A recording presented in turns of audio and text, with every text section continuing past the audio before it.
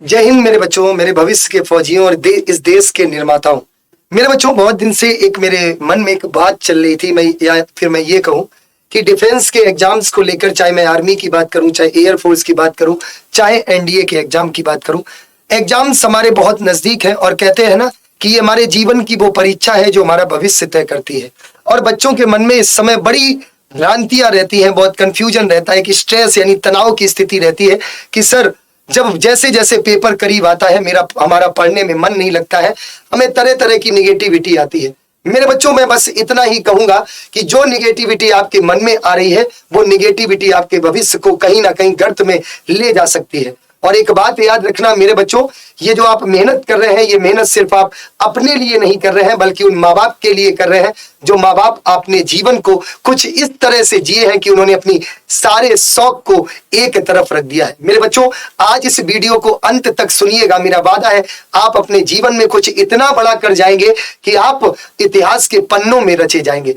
बच्चों, कहते ना कि माँ बाप का एक सपना होता है अपने बच्चों को सफल देखने का, और वो माँ बाप अपने जीवन को, पूरे जीवन को इस तरह से खपा देते हैं आपके भविष्य बनाने के लिए। ना ही वो कभी नए कपड़ों की ख्वाहिश रखते हैं, ना ही वो कभी 4 व्हीलर यानी कि 4 पहिया गाड़ी की ख्वाहिश रखते हैं, ना ही बड़े मकान की ख्वाहिश रखते हैं। वो इस छोटी सी झोपड़ी में रहकर भी अपने बच्चों को इस तरह से पालते हैं मानो कि जैसे कि वो अपने बच्चे को एक महल में रख रहे हो, क्योंकि उन्हें पता होता है कि एक दिन उनका बच्चा ही उनको, उनकी ख्वाहिश को पूरी करेगा, और उनकी ख्वाहिश भी सिर्फ और सिर्फ आपके भविष्य के निर्माण के लिए। क्योंकि ये वो ख्वाहिश होती है मेरे बच्चों कि माँ बाप एक रोटी कम खा लेंगे, अपने पेट का भी काट के आपको दे देते हैं, क्योंकि उन्हें पता है कि बस उनका बच्चा सुखी रहे, उनका बच्चा पढ़ जाए, इससे ज्यादा उन्हें कुछ नहीं चाहिए। चाहे क्यों ना वो एक गरीब माँ बाप हो, चाहे वो मीडियम फैमिली से हो, चाहे वो अमीर घर के हो,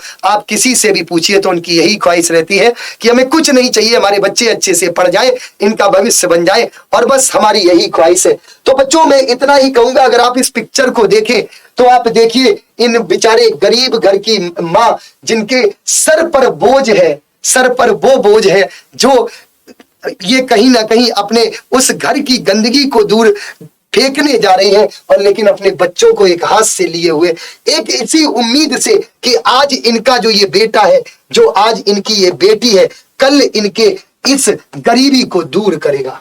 मेरे बच्चों, बात है ना कि कहते हैं ना कि इन माँ बाप के सपने कुछ इस तरह के होते हैं, इन्हें कितनी भी तकलीफें क्यों ना हो, ये कभी भी अपनी तकलीफें अपने बच्चों के सामने जाहिर नहीं करते हैं। अकेले में रो लेंगे, अकेले में अपनी तकलीफें अपने तक ही रख लेंगे, लेकिन अपने बच्चों को कभी भी दुख नहीं देते हैं।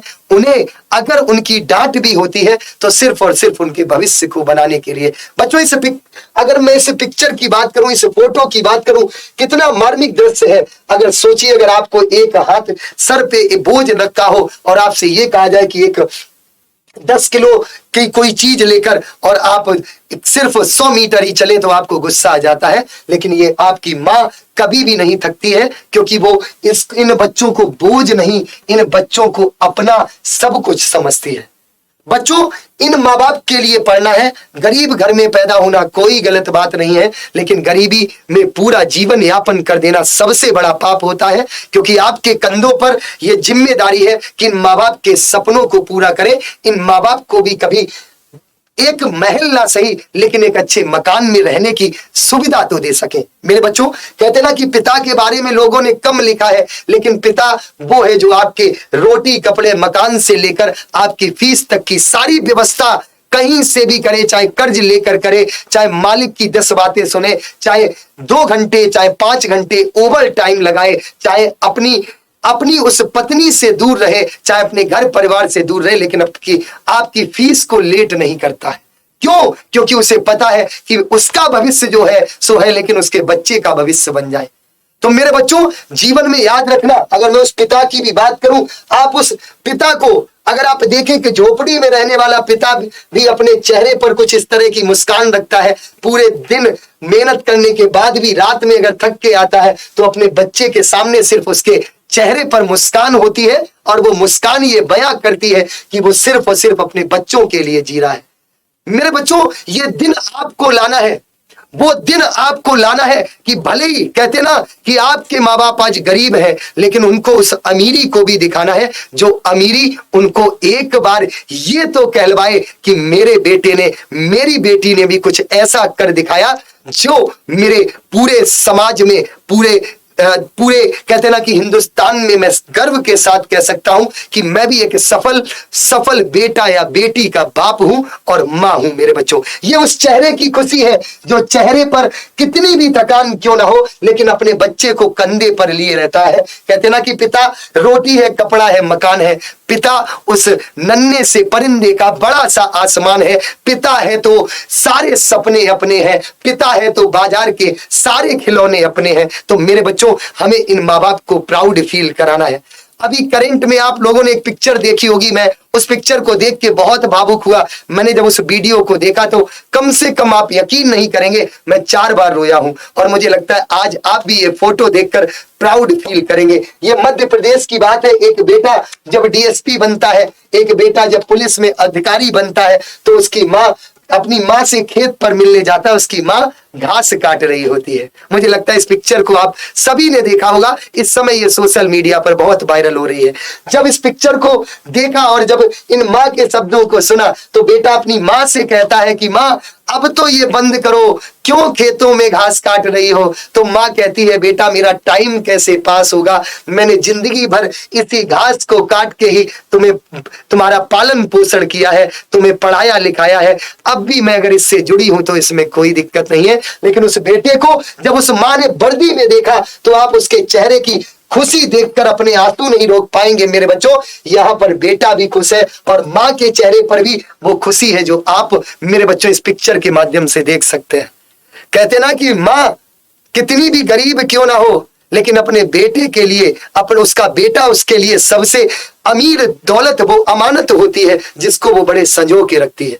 तो मेरे बच्चों, आज मेरे साथ एक संकल्प लो कि चाहे कुछ भी हो जाए, आप भी अपने माँ बाप को कुछ इसी तरह से प्राउड फील कराएंगे। जब वर्दी पहनकर अपने माँ बाप के सामने जाएंगे तो वो भी गर्व, प्राउड फील करेंगे और कहेंगे कि मेरे बेटे ने और मेरी बेटी ने मेरा नाम कर दिया। और बच्चों, जब भी आपके जीवन में स्ट्रेस आए, तनाव आए, तो अपने उन माँ बाप के चेहरे की तरफ देख लेना, जिन माँ बाप की आंखों में देख लेना, जिन आंखों में एक उम्मीद है कि मेरा बेटा, मेरा बेटी एक दिन सफल होकर हमारा समाज में नाम करेगा। आपके दिमाग से क्या दूर दूर तक आपके स्ट्रेस नहीं आ सकता, निगेटिविटी नहीं आ सकती। और अंत में मैं बस इतना ही कहूंगा, एग्जाम्स आपके बहुत नजदीक है। ये परीक्षा वो परीक्षा है जो आपके भविष्य को तय करेगी। और एक शायरी के साथ अपनी बात को विराम देता हूं कि रख बापू भरोसा एक दिन तेरा नाम कर दूंगा, रख बापू भरोसा एक दिन तेरा नाम कर दूंगा।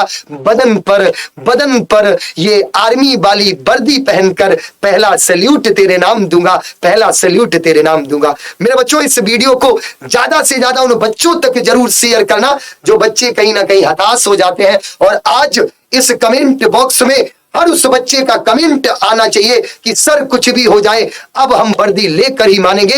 हम अगर ये बेटा जो एक गरीब घर का था, ये वो बेटा जिसकी माँ भले ही पढ़ी लिखी नहीं थी, लेकिन उसने पढ़ लिख कर इतना नाम कमाया कि आज उस माँ को लोग, मेरे बच्चों, देखने के लिए तरस रहे होंगे और सल्यूट कर रहे होंगे जिस माँ की कोख से इस बच्चे ने जन्म लिया है। क्या आप उस माँ के बेटे या बेटी नहीं बनना चाहते हैं जिसको प्राउड फील हो? क्योंकि माँ तो माँ होती है, चाहे पढ़ी लिखी हो चाहे अनपढ़, माँ से बड़ा इस दुनिया में कोई नहीं हो सकता। तो आज इस कमेंट बॉक्स में हर वो बच्चा लिखेगा कि सर वर्दी लेकर मानेंगे इस बार, चाहे कुछ भी हो जाए। Thank you very much. मैं सत्यदेव सिंह, बस इतना ही।